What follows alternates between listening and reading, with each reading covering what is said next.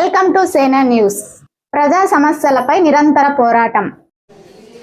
స్థానిక పెనుగొండ మండలంలో ఉన్నటువంటి శ్రీ సత్యసాయి జూనియర్ కళాశాలలో కళాశాల కమిటీని వేయడం జరిగింది.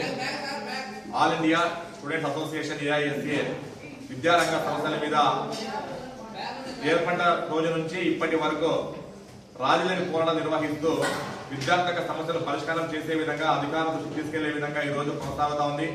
అదేవిధంగా ఈరోజు ఐసా ఆధ్వర్యంలో సత్యసాయి జూనియర్ కళాశాల కమిటీని ఏర్పాటు చేయడం జరిగింది. అధ్యక్ష కార్యదర్శిని, అదేవిధంగా ఆర్గనైజింగ్ కార్యదర్శుల్ని, తర్వాత జాయింట్ సెక్రటరీ, వైస్ ప్రెసిడెంట్ ఎన్నుకోవడం జరిగింది.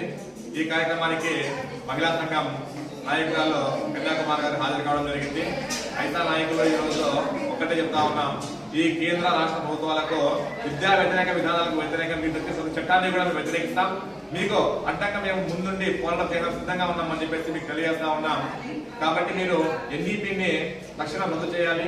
అదేవిధంగా బీసీ సంక్షేమ హాస్టల్లో కావచ్చు, సాంఘిక హాస్టల్లో కావచ్చు, కనీస మౌలిక సదుపాయాలు వారికి కేటాయించి తాగునీరు కల్పించి అదేవిధంగా ప్రతి విద్యార్థులకు సౌకర్యాలు కూడా ఏర్పాటు చేయాలని చెప్పి తెలియజేస్తా ఉన్నాం. ఈ రోజున అనంతపురం నందు సెంట్రల్ యూనివర్సిటీలో విద్యార్థులకు ఫుడ్ పాయిజన్ జరిగింది. దీని మీద సమగ్ర విచారణ జరిపి విద్యార్థుల ఆరోగ్య స్థితిగతుల్ని బాగు చేసే విధంగా మెరుగైన వైద్యం కోసం వారిని తరలించాలి. అదేవిధంగా మెరుగైన చికిత్స అందించాలి.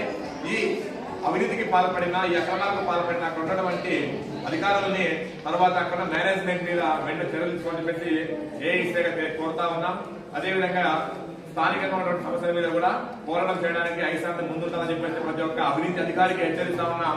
ప్రభుత్వ ప్రైవేట్ విద్యా సంస్థల్లో కావచ్చు, అదేవిధంగా ప్రతి దాంట్లో కూడా ముందుగా చెప్పేసి ప్రతి ఒక్కరు చాలా హుషారుగా ఉండాలని తెలియజేస్తూ ఈ అవకాశం తెలియజేస్తాం.